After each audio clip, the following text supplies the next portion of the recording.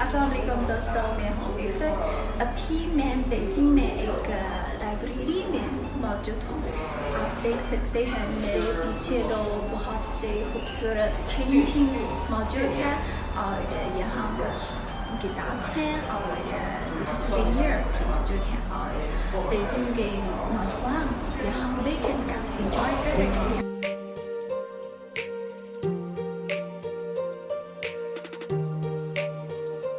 दोस्तों आप देखें यहाँ का माहौल बहुत खूबसूरत है। मेरे पीछे कुछ टेबल्स हैं तो कुछ नौजवान यहाँ किताब पढ़ेंगे और अपने वीकेंड को इंजॉय करेंगे।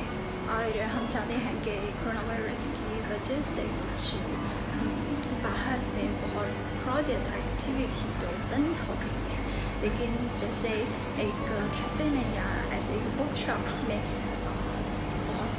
के माहौल में किताब पढ़ेंगे तो काफ़ी सेफ है, इसीलिए ज़्यादा लोग वीकेंड के दौरान तो यहाँ अपना वक्त गुजारेंगे।